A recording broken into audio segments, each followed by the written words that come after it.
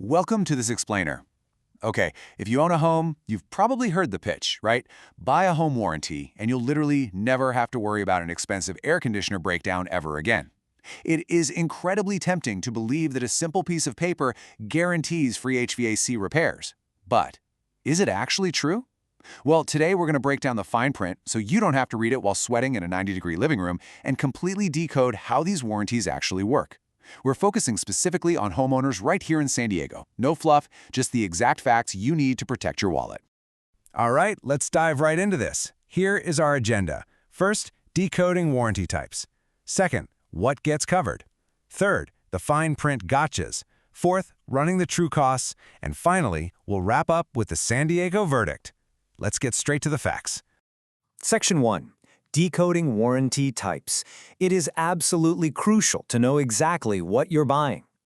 People mix these up all the time, and honestly, it causes massive confusion right out of the gate, especially when a technician is standing right there in your hot living room waiting for an answer. But let's clarify the differences. A manufacturer warranty comes directly with your new install and covers specific parts. Simple enough. An extended warranty, that's a one-time purchase for extra coverage, like labor, on that exact same new unit. But a home warranty, which is what we're digging into today, is a totally separate thing. It's an annual service contract. It follows the whole house, not just the equipment, covering the repair or replacement of major systems, including HVAC, regardless of their age. So it's a broad, whole house product bundled into a yearly policy. Moving on to Section 2, what gets covered? Let's take a look at the base plan inclusions. Now that we know what a home warranty actually is, let's look at the specifics. Because the good news is, yes, HVAC is typically included right there in the base plan. It's usually not some expensive add-on. It covers a ton of ground. Your AC units, furnaces, heat pumps, and ductless mini-splits are all generally covered for repair, and they'll even cover replacement if a repair is just unreasonable. But you've got to pay attention to that very first point. This is basically the golden rule of home warranties.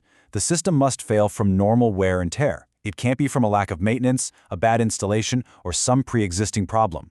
That single phrase, normal wear and tear, is literally the gateway to getting your claim approved. So the really crucial point here is how that wear and tear is actually determined. And here's the catch. You don't get to pick the inspector. When your AC dies on a scorching July afternoon, you call the warranty company. They assign a contractor from their own specific network.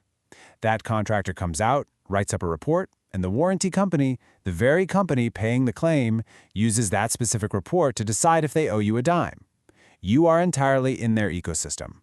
Which brings us to Section 3, the fine print gotchas, or where claims go to die.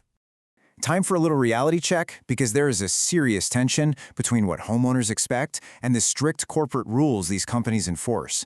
Let's rapid fire through these common exclusions, because this is exactly where those claims get thrown out.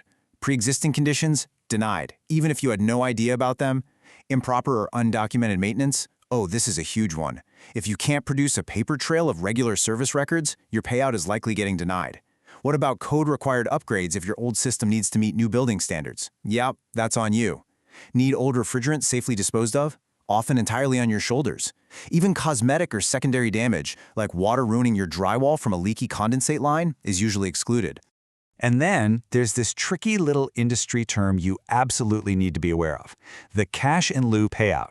Say you have an older system that completely fails. You might be thinking, awesome, I'm getting a brand new HVAC system. Actually, scratch that.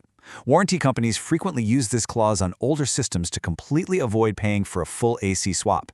Instead of replacing it, they just cut you a check for a cash settlement, and I promise you that check is often well below what a new system actually costs to install. All right, Section 4, running the true costs. Let's do the real financial math. Let's step away from the rules for a second and look at the actual bottom line. A typical home warranty plan that includes HVAC is going to run you somewhere between $400 and $800 a year in premiums. But what's really interesting here is what isn't included in that premium. Every single time a technician comes out to your house, you have to pay a trade service fee, usually about $75 to $125. And that is regardless of whether your repair is actually approved.